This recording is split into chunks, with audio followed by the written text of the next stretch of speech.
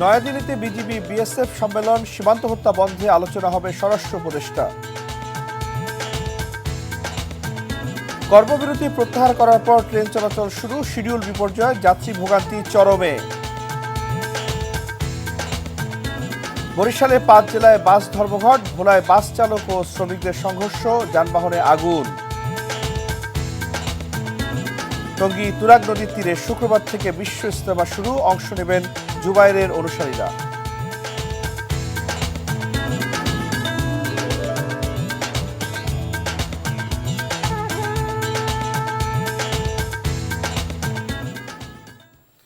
আসসালামু আলাইকুম, রাইসুল হক চৌধুরী স্বাগত জানাচ্ছি এনটিভির দেশের খবরে।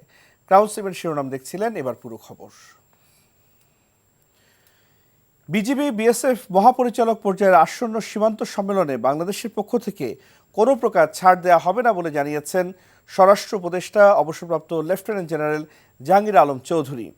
সীমান্ত সম্মেলনে কি কি বিষয়ে আলোচনা হবে তা নির্ধারণে অনুষ্ঠিত এক বৈঠক শেষে উপদেষ্টা সাংবাদিকদের এই কথা জানান। ফেব্রুয়ারি মাসে 17 থেকে 20 তারিখ পর্যন্ত ভারতের রাজধানী নয়াদিল্লিতে 55তম বিজিবি বিএসএফ মহাপরিচালক পর্যায়ের এই সীমান্ত সম্মেলন অনুষ্ঠিত হবে। উপদেষ্টা বলেন, বিএসএফ ভারতীয় নাগরিক এবং দুষ্কৃতিকারী কর্তৃক সীমান্তে হত্যা ও গুলি চালানো বন্ধ করা নিয়ে সম্মেলনে আলোচনা হবে। 2010 সালে সম্পাদিত ভারতের সাথে বাংলাদেশের চুক্তিটি অসম উল্লেখ করে তা সংশোধন বা বাতিলের জন্য ভারতীয় কর্তৃপক্ষকে বলা হবে বলে জানান তিনি। আগে যেভাবে কথাটা বলতো এইভাবে কথার টোনটা আলাদা হবে, খালি ওই সার দিয়ে কিন্তু আস্থা বৃদ্ধি হয় না। আলোচনার মাধ্যমে একজন আরেকজনের একটা কনফিডেন্স বিল্ড হয়, যে একজনের সাথে আলোচনা করেও কিন্তু আস্থা হয়। এই জন্য আপনি বলতে সার দিয়া বা এইটা নিয়ে হবে না, আস্থা এই যে যাওয়া আসা এবং এই সমস্যাগুলি যে আলোচনা হবে, এবং কিছু কিছু সমস্যা একেবারে আমি গিয়ে বলি যে 100% সমস্যার সমাধান করে আসতে পারবো তা তো না। কিছু সমস্যার সমাধান হবে, কিছু আবার হয়তো নেক্সট মিটিংয়ে সমাধান হবে। রেলের রানিং স্টাফরা তাদের কর্মবিরতি প্রত্যাহার করার পর রেলে ভোগান্তির আরেক নাম শিডিউল বিপর্যয়। সকাল থেকে নির্দিষ্ট গন্তব্যে ট্রেন ছাড়লেও সময় মতো ছাড়ছে না একটি ট্রেনও। রেলের সূচিতে গরমিলের কারণে ভোগান্তিতে পড়েছে সাধারণ মানুষ। ঢাকায় কোচ না থাকায় বাতিল করা হয়েছে সিলেট রুটের জয়ন্তিকা এক্সপ্রেস এবং বুড়িমারি রুটের বুড়িমারি এক্সপ্রেস ট্রেনের যাত্রা। রিপোর্ট করছেন ফাহাদ মোহাম্মদ। রেলের রানিং স্টাফদের কর্মবিরতির কারণে টানা 24 ঘন্টা সারা দেশের রেল যোগাযোগ বন্ধের পর সরকারের আশ্বাসে কর্মসূচি প্রত্যাহারের মাধ্যমে পুনরায় চালু হয়েছে রেল সার্ভিস। কিন্তু গড়বড়ে অবস্থা রেলের সময়সূচিতে। কয়েকটি ট্রেন আধা ঘন্টা বা 1 ঘন্টা দেরিতে ছাড়লেও বেলা বাড়ার সাথে সাথে শিডিউল বিপর্যয় ঠেকে 3 থেকে 4 ঘন্টায়। তাই কমলাপুর রেল স্টেশনে অপেক্ষা যাত্রীদের নির্দিষ্ট গন্তব্যের ট্রেনের জন্য দুর্ভোগ পোহাতে হচ্ছে নারী, শিশু ও বৃদ্ধদের। কালকে হোটেলে ছিলাম, আজকে আবার সকালবেলা টিকিট কাটছি রংপুর এক্সপ্রেসে যাওয়ার জন্য। সকালে উঠছি নামাজ পড়ার জন্য, তখন দেখছি কি ফোনে যে ট্রেন চলবে, তখনই তাড়াতাড়ি বের হয়ে যেতে হয়েছে। ট্রেনটা যদি বন্ধ থাকতো যাত্রীদের ভোগান্তি অনেক বেড়ে যেত। এখানে আসার পরে আবার ট্রেনটা তো একটা ফ্লেক্সিবল জার্নি।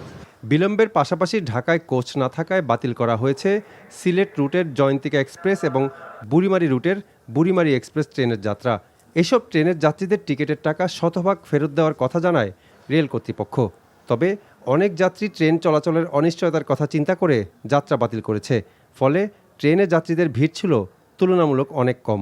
আমাদের এক্সাম ছিল তো ফেব্রুয়ারির 1 তারিখে, তো যেহেতু ট্রেনটা চালু হয়েছে আমাদের জন্য অনেক ভালো হয়েছে। মধ্যরাতে ধর্মঘটটা প্রত্যাহার হয়েছে, এই সেক্ষেত্রে দেখেন না ম্যাক্সিমাম ট্রেন খালি যাচ্ছে, যাত্রীদের জন্য সে একটা ভোগান্তির বিষয়। আমাদের অন্য ট্রেনে যাওয়ার কথা ছিল, এটা আমাদের জানানো হয়নি কোনোভাবে, এমনকি অ্যাপেও জানানো হয়নি।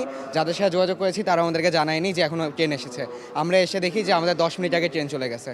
কমলাপুর রেল স্টেশন ম্যানেজার জানিয়েছেন, ট্রেনের শিডিউল স্বাভাবিক হতে 2-1 দিন সময় লাগবে।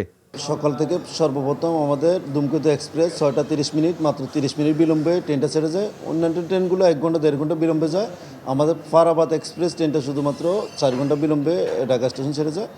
সেক্ষেত্রে আমরা 2-1 দিনের ভিতর এই টাইমগুলো মেকআপ করা সম্ভব হবে। আর যে ট্রেনগুলো বেশি বিলম্বে গেছে সেটা অফ ডের পরের দিন মেকআপ হয়ে যাবে ইনশাল্লাহ। ট্রেনের শিডিউল বিপর্যয় শুধু ঢাকায় নয়, তা ছড়িয়ে পড়েছে সারা দেশেই। প্রত্যেক বিভাগীয় রেল স্টেশনগুলো থেকে নির্ধারিত সময়ের 1 থেকে 2 ঘন্টা পর নির্দিষ্ট গন্তব্যে ট্রেন ছাড়ছে।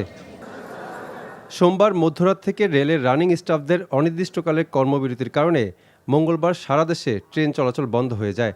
দাবি পূরণের আশ্বাসের প্রেক্ষিতে মঙ্গলবার গভীর রাতে রানিং স্টাফরা কর্মবিরতি প্রত্যাহারের ঘোষণা দেয়। Fahad Mohammad, NTV news, Dhaka. টঙ্গী তুরাগ নদীর তীরে বিশ্ব ইজতেমার প্রথম পর্বের প্রস্তুতি প্রায় শেষ। শুক্রবার থেকে শুরু হবে ইজতেমার প্রথম পর্ব। এতে অংশ নেবেন মাওলানা জুবায়েরের অনুসারীরা। 14 ফেব্রুয়ারি থেকে শুরু হবে ইজতেমার দ্বিতীয় পর্ব। এতে অংশ নেবেন মাওলানা সাদের অনুসারীরা। গাজীপুর থেকে নাসির আহমেদের পাঠানো রিপোর্ট। নানা শঙ্কা আর অনিশ্চয়তা কাটিয়ে অবশেষে শুরু হচ্ছে বিশ্ব ইজতেমা। টঙ্গীর তুরাগ নদীর তীরে 160 একর জমি বিশ্ব ইজতেমার জন্য প্রস্তুত করা হয়েছে। শীত উপেক্ষা করে দেশের বিভিন্ন প্রান্ত থেকে তাবলিগ জামায়াতের মুসল্লিরা আসছেন ইজতেমায় অংশ নিতে। শুক্রবার আম বয়ানের মধ্য দিয়ে ইজতেমার প্রথম পর্ব শুরু হবে।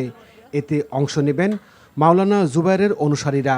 ইসলামের দাওয়াত মানুষের কাছে পৌঁছে দিতে এখানে এসেছেন বলে জানালেন তাবলিগের মুসল্লিরা। সারা পৃথিবীর সবাই জানি দিনের উপর আসতে পারে, আমিও নিজে দিনের উপর আসতে পারি। এই জন্য কিভাবে মানুষ দিনের পথে আসতে পারে, কিভাবে নিজে ইমানওয়ালা আমনওয়ালা হইতে পারি, সারা উম্মতি মোহাম্মদে কিভাবে দিন উপর চলতে পারে, ওই জন্য আমরা এখানে আসছি। বিশ্ব ইজতেমার নিরাপত্তায় পুলিশ, র্যাব, আনসারের পাশাপাশি সেনাবাহিনী ও বিজিবি টহলে থাকবে। সকালে ইজতেমা ময়দান পরিদর্শন করেন আইজিপি বাহারুল আলম। যে কোনো ধরনের নাশকতা কিংবা যে কোনো ধরনের ইল মোটিভ, আমার বিশ্বাস আমরা আপনাদের সহযোগিতায়, আবারও বলি, আপনাদের সহযোগিতায় আমরা এগুলো মোকাবেলা করতে পারবো ইনশাআল্লাহ। আর দ্বিতীয় পর্বের ইজতেমা শুরু হবে 14 ফেব্রুয়ারি। এতে অংশ নেবেন ভারতের মাওলানা সাদের অনুসারীরা। NTV news desk. দুর্নীতি দমন কমিশনের চেয়ারম্যান ডক্টর আব্দুল মোমেন বলেছেন, প্রত্যেকটি অবিচারের বীজ হলো দুর্নীতি। ন্যায়বিচার ভিত্তিক সমাজ গড়তে প্রয়োজন দুর্নীতি প্রতিরোধ। কুমিল্লায় দুদকের 170তম গণশুনানির উদ্বোধনী অনুষ্ঠানে তিনি একথা বলেন। এ সময় দুদক কমিশনার মিয়া মোহাম্মদ আলী আকবর আজিজি সহ অন্যরা উপস্থিত ছিলেন।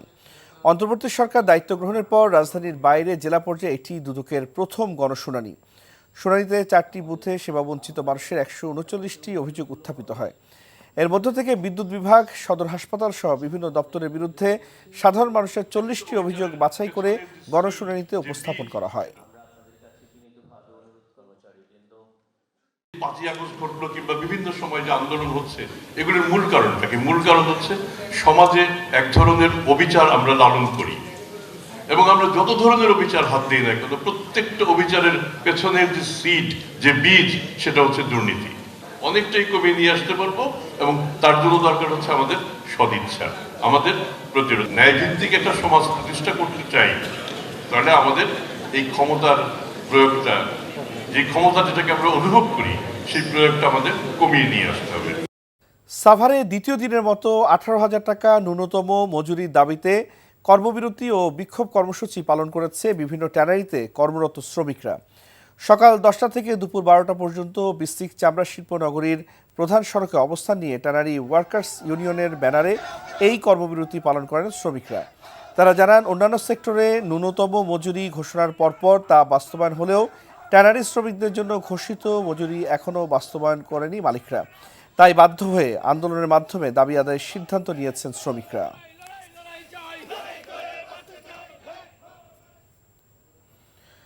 মানিকগঞ্জের সাটুরিয়া উপজেলায় সড়কের দাবিতে ঢাকা-আরিচা মহাসড়ক অবরোধ করে রেখেছেন স্থানীয় বাসিন্দারা। সকাল থেকে ঢাকা-আরিচা মহাসড়কের গোলরা গ্রামের শত শত মানুষ সড়কে অবস্থান নেয়। এ সময় মহাসড়কের দুই পাশে প্রায় 7 কিলোমিটার এলাকা জুড়ে যানজটের সৃষ্টি হয়। এতে চরম ভোগান্তিতে পড়েছেন যাত্রীরা। এলাকাবাসী জানায়, উপজেলার ধানকোড়া ইউনিয়নের গোলরা গ্রামের বাসিন্দাদের দীর্ঘদিনের পুরনো একটি সড়ক বন্ধ করে দিয়েছে তারাসিমা অ্যাপারেলস ও Peyal engineering and construction limited. এর প্রতিবাদে সড়কটি পুনরুদ্ধারের দাবিতে মহাসড়কে অবস্থান নেয় গ্রামবাসীরা।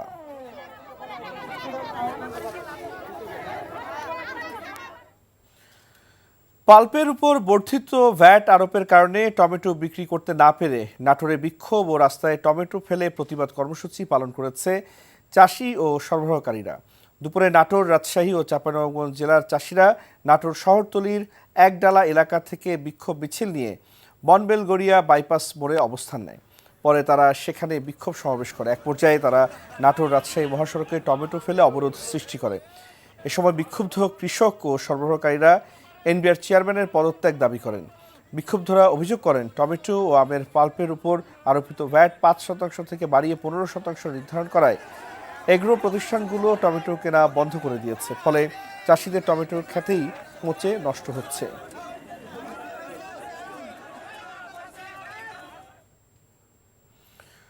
ময়মনসিংহের ভালুকায় এক বাড়িতে হানা দিয়ে নগদ টাকা ও স্বর্ণালংকার লুটে নিয়েছে ডাকাত দল।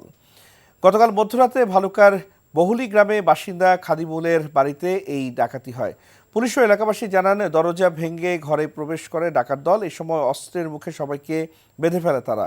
পরে নগদ টাকা ও স্বর্ণালংকার লুটে নেয় ডাকাতরা। এক পর্যায়ে বাড়ির কয়েকজনের চিৎকারে আশেপাশের লোকজন ছুটে আসলে পালিয়ে যায় ডাকাত দল। তাদের ধরতে অভিযান চলছে বলে জানিয়েছে পুলিশ।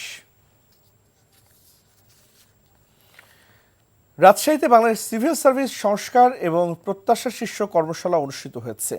রাজশাহী কলেজ মিলনায়তনে সকালে কর্মশালার উদ্বোধন করেন অধ্যক্ষ জহুর আলী। কর্মশালায় ছাত্ররা বাংলাদেশ সিভিল সার্ভিস সংস্কার ও জনকল্যাণমূলক রাষ্ট্র গঠনের জন্য বেশ কিছু সুপারিশ দেয়। এর মধ্যে উল্লেখযোগ্য হল মন্ত্রণালয়ের নীতি নির্ধারণ, পরিকল্পনা প্রণয়ন ও সিদ্ধান্ত গ্রহণের দায়িত্ব সংশ্লিষ্ট বিষয়ে অভিজ্ঞ ও দক্ষ কর্মকর্তাদেরকে নিয়োগ দেয়া। কর্মশালায় সরকারি নিউ ডিগ্রি কলেজের অধ্যক্ষ কালাচাঁদ শীল, শহীদ বুদ্ধিজীবী কলেজের অধ্যক্ষ খান মোহাম্মদ মাইনুল হক উপস্থিত ছিলেন।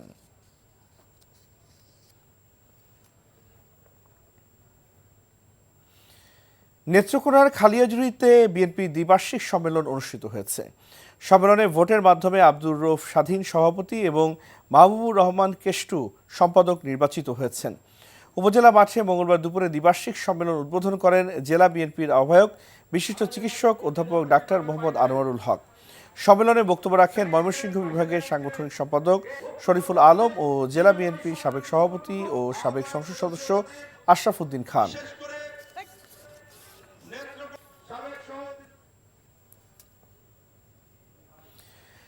শেষ করছি লিলি ফুলের খবর দিয়ে। বাণিজ্যিকভাবে চাষাবাদে আশা দেখাচ্ছে এই ফুলের। পরীক্ষামূলক চাষে সবচেয়ে মনোমুগ্ধকর আকার ও গন্ধ নিয়ে এই ফুল ফুটেছে সিলেট অঞ্চলে। বাণিজ্যিক চাষের মাধ্যমে নতুন কর্মসংস্থানের পাশাপাশি এই ফুল বিদেশে রপ্তানির সম্ভাবনা দেখছেন কৃষি সংশ্লিষ্টরা। সিলেট থেকে আনিস রহমানের ক্যামেরায় সজল ছত্রীর রিপোর্ট। পরীক্ষামূলক চাষ হলেও ফুটেছে অনিন্দ্য সুন্দর শত শত লিলিয়াম। নার্সারি মালিকদের মাধ্যমে শীতকালীন ফুলটির পরীক্ষামূলক চাষাবাদ করেছে সিলেট হর্টিকালচার সেন্টার। ফুলের আকার, রং আর ঘ্রাণ মন কেড়েছে প্রথমবার লিলিয়াম চাষে যুক্ত হওয়া নার্সারি ও বাগান মালিকদের। ফুলটার প্রচুর চাহিদা হইব, কত বড় ফুল আর কত ঘ্রাণ, ফুলগুলাও খুব সুন্দর, মানুষ খুব দেখি মনে আকর্ষণ জাগে। এই ফুলটা যাতে আমরা ব্যাপক আকারে সিলেটে ছড়িয়ে ছিটতে পারি এবং এটা যাতে বিদেশেও রপ্তানি করা যায় সেই আশাবাদ ব্যক্ত করছি। সাধারণত 8 রঙের হয়ে থাকে লিলিয়াম। ফুল আসে রোপণের 2 মাসের মধ্যেই। পরিচর্যা পদ্ধতি সহজ হওয়ায় এই ফুল চাষ করা যায় নার্সারি ও নিজস্ব বাগানেও। একটি ফুল বিক্রি করা যায় 150 থেকে 300 টাকায়। টোটাল পরীক্ষামূলকভাবে এই চাষাবাদ করতে যে আমরা দেখেছি সবচেয়ে ভালো রেজাল্ট আমার ডিভিশনের ভিতরে সিলেটে এসেছে, এই হর্টিকালচার সেন্টারে। অসাধারণ আপনার যে পাপড়ির তার বিন্যাস এবং ফুলের আকার, আকৃতি এবং কালার। বেকার ভাইয়েরা এবং যারা আছেন নার্সারির মালিক যারা আছেন তারা যদি এই ফুলটি চাষ করে, এবং আমরা 1টি জেলা 2টি জেলা কেন্দ্রিক চেয়ে বসে থাকতে হবে না, আমরা নিজেরাই নিজেদের চাহিদা পূরণ করতে পারবো, প্লাস হচ্ছে বাংলাদেশের বিভিন্ন জায়গায় এবং বিদেশে রপ্তানি করতে পারবো। লিলিয়ামের আদিবাস নেদারল্যান্ড। দেশ বিদেশে এই ফুলের ব্যাপক চাহিদা থাকায় বাণিজ্যিক চাষের মাধ্যমে কর্মসংস্থান তৈরির পাশাপাশি বিদেশে রপ্তানির সুযোগ দেখছেন কৃষি সংশ্লিষ্টরা। সজল ছত্রী, এনটিভি নিউজ, সিলেট। খবর শেষ করছি, যাবার আগে ক্রাউন সিমেন্ট শিরোনামগুলো আরেকবার।